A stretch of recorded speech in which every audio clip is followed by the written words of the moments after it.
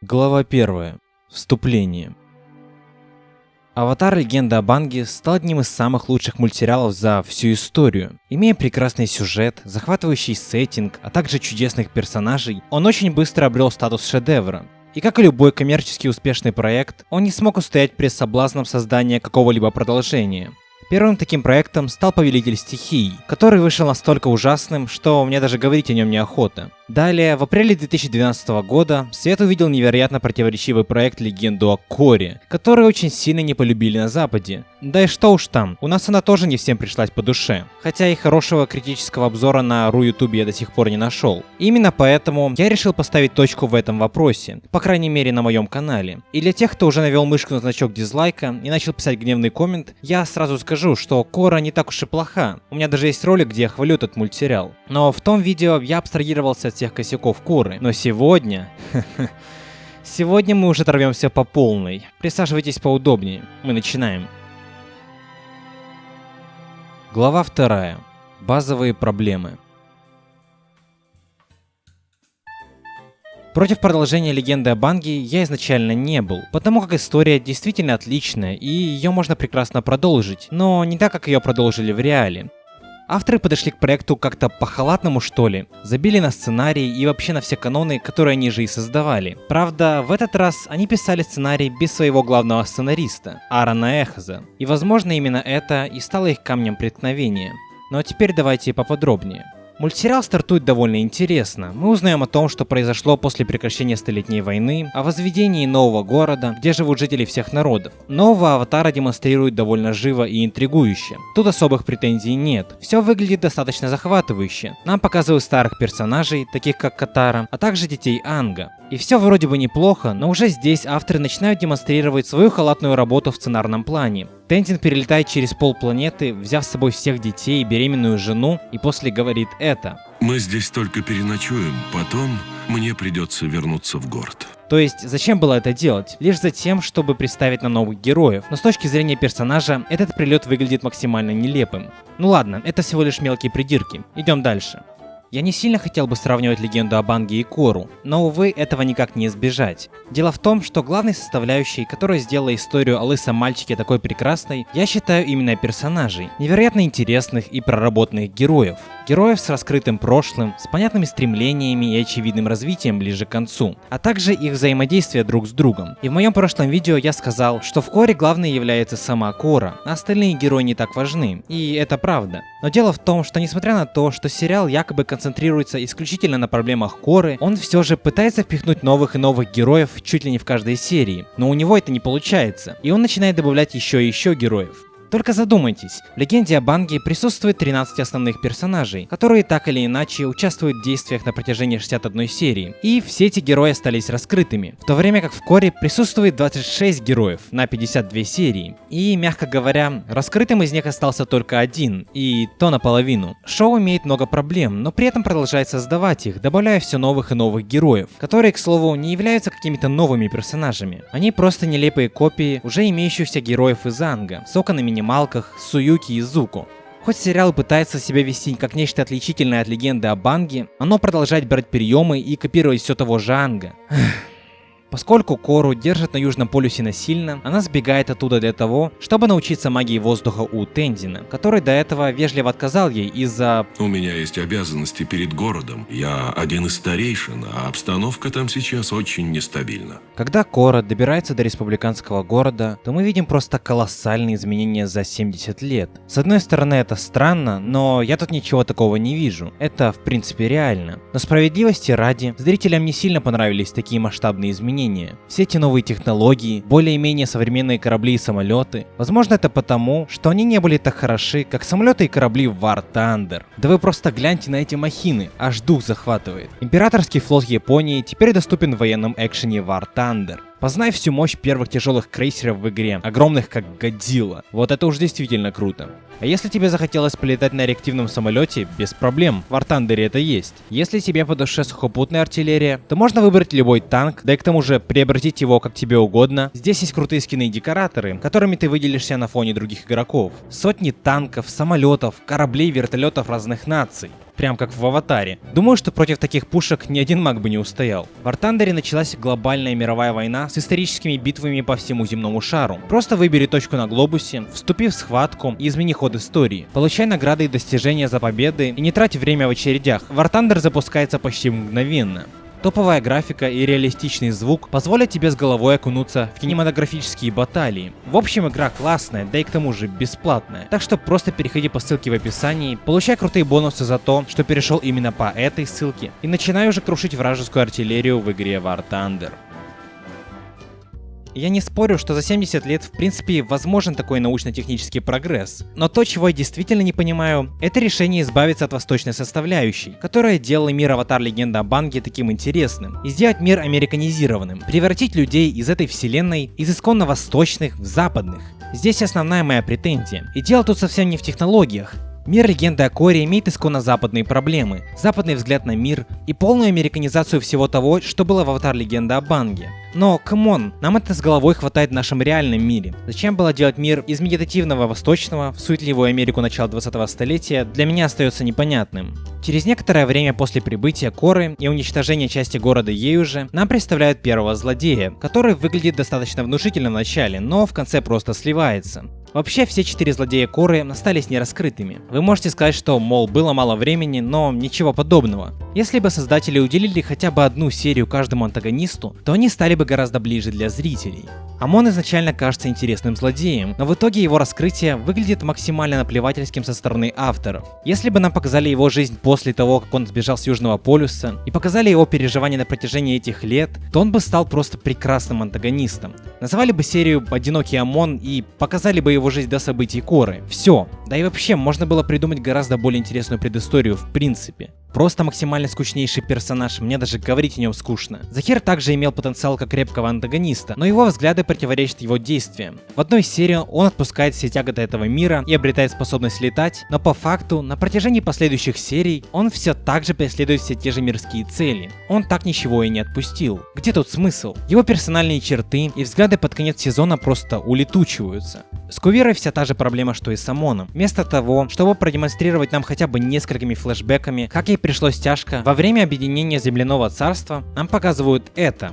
Всякий, кто ваша гордость не сможет... Велите жителям Зафу встать на колени перед великим объединителем. Она не станет! Да она спасла всех этих людей, только взгляните на карту. Почти вся территория принадлежит королевству Земли, и вся эта территория была спасена от разрухи именно Кувирой. Но сериал, видимо, не видит нужды в том, чтобы показывать и рассказывать об этом зрителю. А зачем? Можно же просто оставить злодеев нераскрытыми. И интересно также, почему Кувира из персонажа с демократическими взглядами вдруг стала приверженцем авторитаризма. А еще очень забавен этот момент, когда Суинь отказывается взять на себя ответственность за королевство Земли. Но я совсем не хочу навязывать свои идеалы целой стране.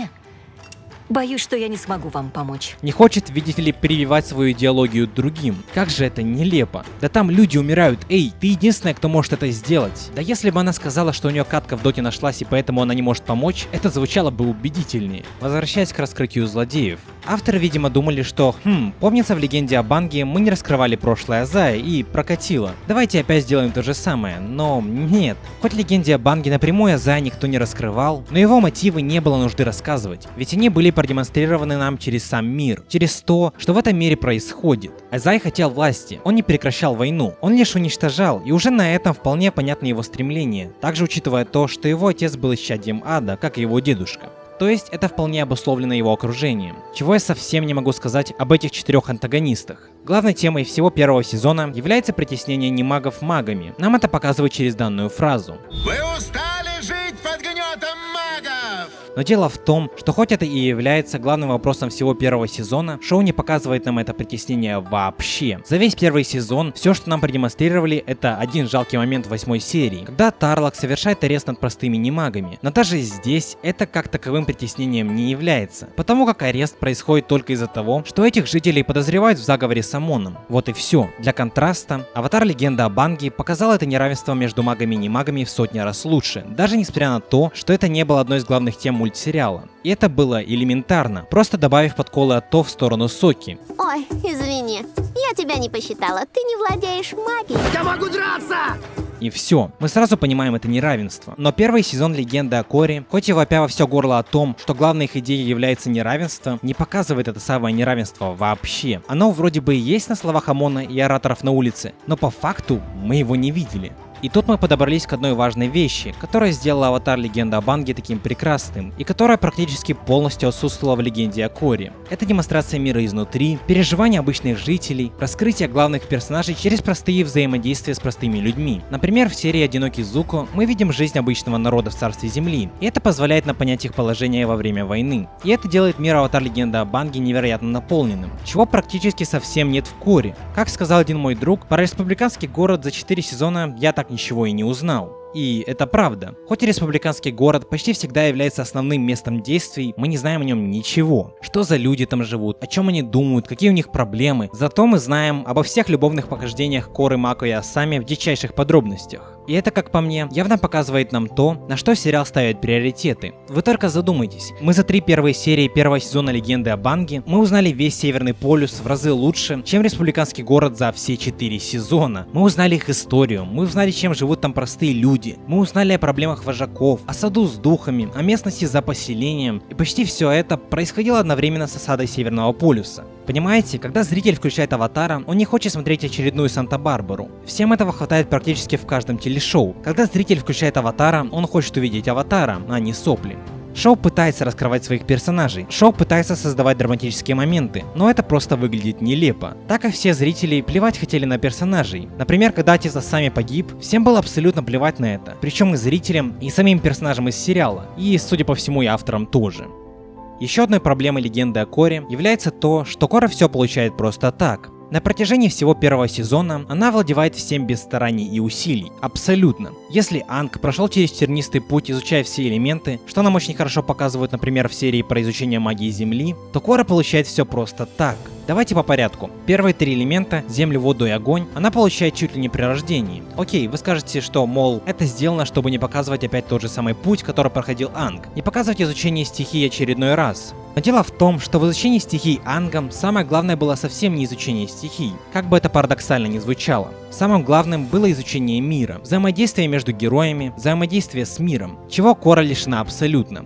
Далее Корра получает магию воздуха просто так. Почему? Она не хотела концентрироваться, она не хотела учиться, и в итоге вместо вразумительного наказания за свою халатность, она получает магию без стараний. И как это вообще понимать? Главная идея Корры в том, что не старайся и все само придет, ничего не делай и ты получишь все, чего желаешь? Как же это глупо. Дальше Корра получает все стихии назад и магию энергии от Аанга. И опять, Корра приобретает это, не прикладывая никаких усилий. В чем же мораль сей басни? Иди поплачь и ожидай подарка с небес? Увы, но такого не бывает. Глава 3. Уничтожение канонов. Второй сезон Корры стал самым противоречивым и бредовым во всем мультсериале. Только за 6 серий авторы умудрились из сута загадочной вселенной Аватара сделать что-то невразумительное. Просто не нужно объяснять мир, не нужно было это делать. Очень часто происходит так, что при попытке объяснить мир, авторы просто убивают всю красоту сериала. Вспомните хотя бы «Звездные войны» и «Мидихлорианы». Тут та же история. Мир духов, первый аватар, почему аватар существует, все эти вещи не нужно было объяснять. Вспомните хотя бы мир духов из Легенды об Аанге. Вспомните болото из последних серий первого сезона. Жутко таинственная и захватывающая штука. А теперь гляньте на мир духов из Корры. При объяснении была потеряна та самая красота загадочности. А все могло быть по-другому. Ведь второй сезон поначалу получался не таким уж плохим. Гражданская война, пропаганда Варика и в целом неплохая завязка. Но после того, как Корра встречается с первым аватаром, все начинает идти под откос. Мне в принципе импонирует история появления первого аватара, но стоит сказать, что этот компонент как раз таки не понравился большинству зрителей. Мол, теперь вселенная не выглядит такой же наполненной. И данная точка зрения имеет место быть. А вот что не имеет места быть, так это последние 2 серии первого сезона. А именно драка с Вату. Во-первых, авторы почему-то подумали, что уничтожать связь со всеми аватарами будет хорошей идеей. А ведь чего Корре не хватало, так это общение со своими прошлыми жизнями. Аанг, когда чувствовал, что не может найти ответ, всегда прибегал к помощи предыдущих аватаров, и это мудро. Притом, Корре действительно была необходима их помощь как никому ранее, но почему-то авторы этим пренебрегли. Во-вторых, это...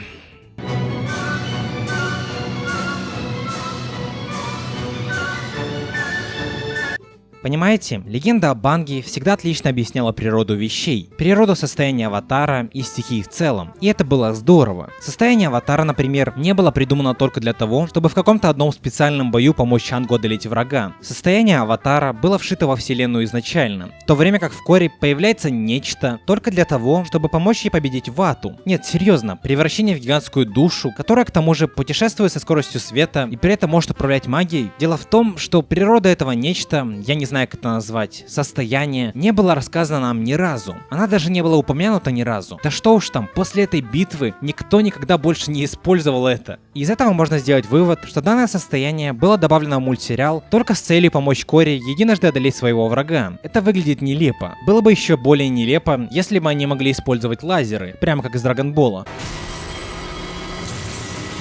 Я вас понял. Авторы просто создают проблему на одной странице сценария, а потом на следующей же странице сидят и думают: как же нам исправить эту проблему? Да просто измените то, что вы написали на прошлой странице, и все. Глава 4. Чувство чего-то большего. Обычно, чтобы заставить зрителей удивляться с каждым новым злодеем, авторам приходится придумывать все сильнейших антагонистов, чем представленные ранее, потому как зритель уже видел злодея с определенной силой, и ему нужно подать следующего антагониста более сильным, для поддержания интереса. Дело в том, что в Коре все получается кардинально наоборот. Если в Ванге такой проблемы вообще не было, потому как изначально было понятно то, что финальным злодеем окажется Лорд Огня, то в Коре все совсем по-другому. После Амона нам подкидывают Вату, по факту сильнейшего из вообще существующих существ, потому как он буквально и есть само зло во плоти. И дальнейшие злодеи не могут вызывать чувство чего-то большего по определению. Все вроде бы логично, но Коре получается это сделать. И Захир кажется сильнее Вату. Это происходит из-за того, что авторы так сильно слили сильнейшего злодея вселенной, что он выглядит мелочно по сравнению с другими. Легенде о Коре как воздуха не хватает прекрасных финальных драк. Ни с одним главным злодеем мы так этого не увидели. Мы так и не увидели достойной битвы. Амон просто вылетел от пары ударов, потом это. Финальной битвы с Захиром и так и не было, а драка с Кувирой выглядит мелочной. Да просто сравните этот момент с Корой.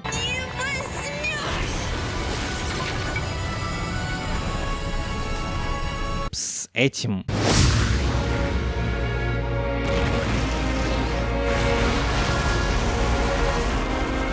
Или с этим.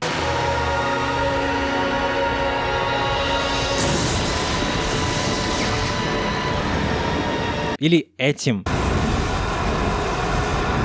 Драки из легенды о Банге я с радостью пересматриваю до сих пор, в то время как финальные драки из Коры просто выглядят жалкими. И я не говорю, что все битвы в Коре плохи. Нет, они очень даже хороши, как второстепенные бои. Они красиво нарисованы, но главных битв в хорошем исполнении мы так и не увидели. Глава 5. Послевкусие. Как я и сказал в начале видео, Кора невероятно противоречивый мультсериал, который вроде бы и кажется неплохим, но в то же время спотыкается в самые неподходящие моменты. Чтобы дать вам четкое представление, чем легенда о Коре стала после уже упомянутой истории о Банге, я предлагаю вам такой пример. Представьте, что у вас есть любимое блюдо. Вы всегда смакуете его одинаково, с одним и тем же соусом, с тем же самым гарниром и мясным стейком. А теперь представьте, что вам на стол подали это же самое блюдо, только без вашего любимого соуса. Вроде бы то же самое, но чего-то явно не хватает.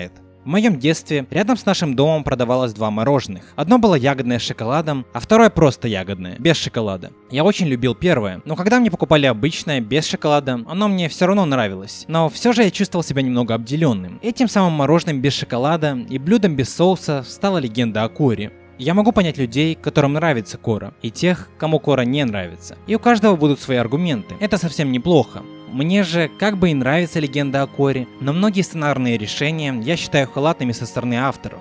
И кто знает, была бы Кора лучше, если бы Аарон Эхос участвовал в разработке сценария или нет. Мы это никогда не узнаем.